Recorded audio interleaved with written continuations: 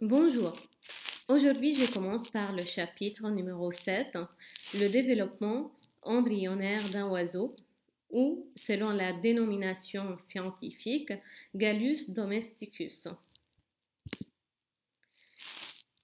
Le modèle des oiseaux offre de nombreux avantages.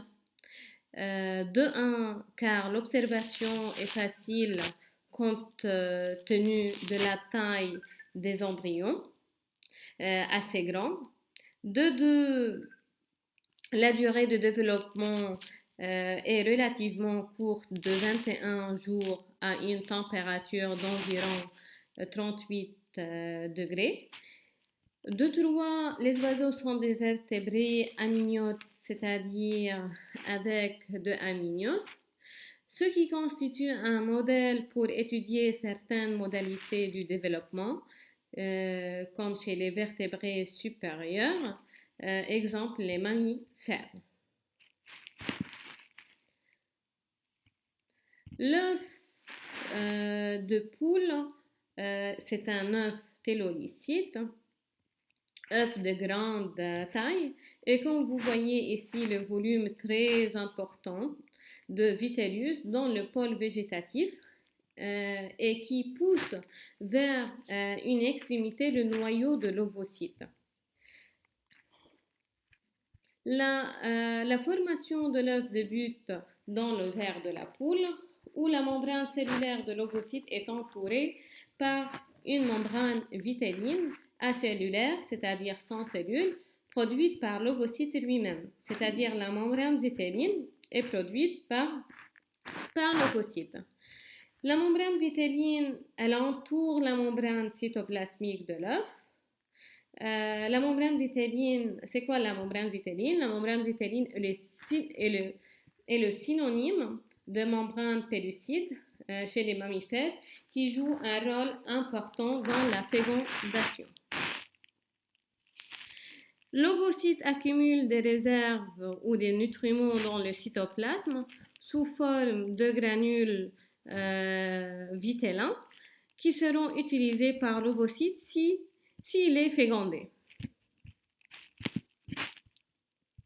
Il y a deux types de vitellus, le jaune de vitellus et le blanc de vitellus. Le jaune de vitellus est formé durant le jour, plus riche en lipides et moins riche en protéines, alors c'est le contraire, le blanc de vitellus est formé durant la nuit, s'appelle aussi vitellus nocturne, moins riche en lipides et plus riche en protéines. Alors, on va voir ça dans la figure ici. Alors, comme vous voyez ici, le vitellus est formé de deux types, jaune qui est en jaune et le blanc qui est en blanc. Alors, il y a la latébra ici, la latébra et la masse centrale sphérique de vitellus blanc. Une colonne de vitellus blanc assure la connexion de la vertébrate au noyau de Pender, qui est aussi formé de vitellus blanc et dans laquelle il existe le noyau de l'œuf. Alors, la majorité de vitellus blanc est située au-dessous du noyau et au niveau de la vertébrate et le noyau de Pender. Le vitellus là s'appelle le jaune de l'œuf. Le jaune de l'œuf.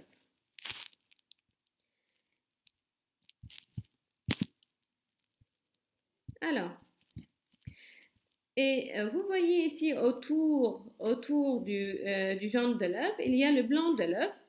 Il y a le blanc de l'œuf qui s'appelle albumine. D'accord? Le vitellus, comme vous avez vu dans la figure, est disposé sous forme des anneaux en jaune et en blanc. Quand l'ovocyte a accumulé une quantité suffisante à la croissance de la poule, il sera libéré des ovaires et il est bloqué au stade métaphase 2, ovocyte 2, comme chez les êtres humains.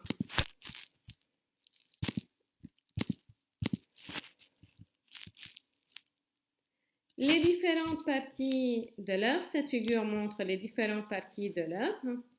Je commence de l'intérieur vers l'extérieur. Et ici, il y a dans l'intérieur, il y a le jaune de l'œuf, qui est le vitellus, de couleur, le vitellus blanc et vitellus jaune. Et là, il existe le blanc de l'œuf ou l'albumine qui entoure le jaune de l'œuf. Et en fait, ici, dans le jaune de l'œuf, il existe un disque germinatif qui va former après la segmentation au niveau du pôle animal. Alors ici, c'est le pôle végétatif. Et là, en fait, le jaune de l'œuf, il reste au centre de l'œuf et maintenu, c'est-à-dire maintenu au centre de l'œuf grâce au chalaze. Les chalazes, ce sont de deux côtés de l'œuf, là, ici et là. Ce sont comme des cordes qui maintiennent le jaune de l'œuf au centre de l'œuf. Et autour de l'albumine, il existe la membrane coquillère interne. Puis autour de la membrane coquillère interne, il existe la membrane coquillère externe. Entre les deux membranes internes et externes, il y a la formation d'une chambre d'air juste du côté du gros bout. Ici, c'est le gros bout et ici, c'est le petit bout de l'œuf. Alors, la chambre à l'air existe juste au niveau du gros bout entre la membrane coquillère externe et entre la membrane coquillère interne. Alors, au niveau du petit bout, les deux membranes sont collées. À la fin, la coquille, quelle est la membrane rigide, entoure la membrane coquillère externe. Alors, je recommence. De l'intérieur vers l'extérieur. De l'intérieur, il y a le jaune de l'œuf et il y a le disque germinatif au niveau du pôle animal après la segmentation.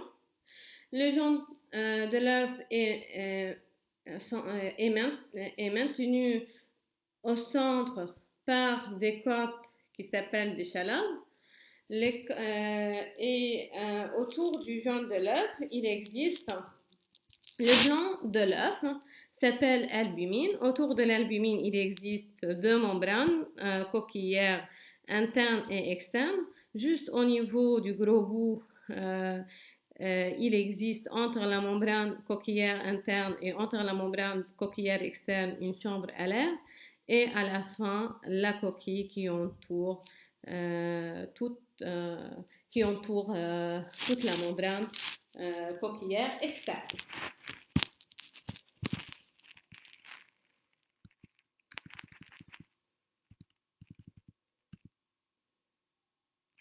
La fécondation chez les oiseaux est interne à l'intérieur et a lieu au niveau dans l'oviducte, et précisément au niveau d'un fundibulum. Un fundibulum, il est situé dans la partie haute de l'oviducte, proche de l'ovaire. La partie centrale de l'oviducte s'appelle magnum et la dernière partie de l'oviducte s'appelle isthme. C'est la partie qui ouvre dans l'utérus. L'ovocyte entouré de jaune de l'œuf se déplace dans l'oviducte par des contractions musculaires de l'oviducte. Après le passage de l'ovocyte après le passage de l'ovocyte dans l'infundibulum, l'albumine se forme autour de vitellus. La majorité de l'albumine ou le blanc de l'œuf est sécrété par les cellules au niveau de la région centrale de l'oviducte ou magnum. L'œuf passe du magnum vers le isthme où les chalases et la membrane coquillère interne et externe sont déposées. En résumé, dans l'ovaire, il y a la formation du jaune de l'œuf. Dans l'infundibulum et le magnum, il y a la formation de l'albumine. Et dans l'isthme, il y a la formation des chalases et de la membrane coquillère interne et externe. Alors, dans l'utérus, il y a la formation de la coquille.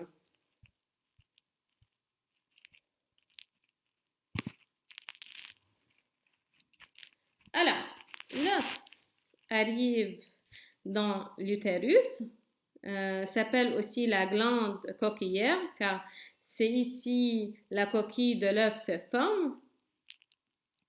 Dans l'utérus, l'œuf subit plusieurs différenciations, comme suivante. L'eau et le sel s'ajoutent à l'albumine, ce qui induit le gonflement de l'œuf. La tension ou l'étirement des membranes coquillères et la formation de la coquille poreuse formée de cuticules et de carbonate de calcium. Et ensuite, déposer de l'œuf traverse le vagin pour en finir, traverse alors de l'utérus vers le vagin pour en finir dans le cloaque. C'est quoi la cloaque? La cloaque, c'est l'ouverture qui sert de seul orifice pour les voies urinaires, génitales et intestinales de certaines espèces animales, comme chez les oiseaux. La coquille assure un échange gazeux et un moyen mécanique de conserver l'alimentation et l'apport en eau à l'intérieur de l'œuf. La rotation de l'œuf dans l'utérus se déroule dans l'utérus. L'œuf fait une rotation complète, comme vous voyez ici. L'œuf a déjà traversé l'oviducte avec le petit bout en premier. Alors, son orientation est maintenant inversée à l'intérieur de l'utérus et le gros bout devient c'est le grand bout maintenant qui devient en premier. Alors, l'œuf sera pendu avec le gros bout en premier. La transition de l'œuf dans les voies génitales, le temps mis entre l'ovulation et la pente est 24 heures. La pente de l'œuf vers l'extérieur, c'est-à-dire vers l'extérieur de poule, 24 heures et 24 heures. La grande partie de ce transit, 19 heures, a été au niveau de l'utérus. Alors, le passage dans l'oviducte prend seulement 3 heures. 19 heures plus 3 heures, ça fait 24 heures. Il faut noter que durant ce transit dans les voies génitales, si l'ovocyte est fécondé, les premières étapes de l'embryogenèse ont commencé à s'effectuer et l'œuf est en étape de gastrulation au moment de la pente. Alors, c'est-à-dire l'étape de segmentation se déroule à l'intérieur de la poule.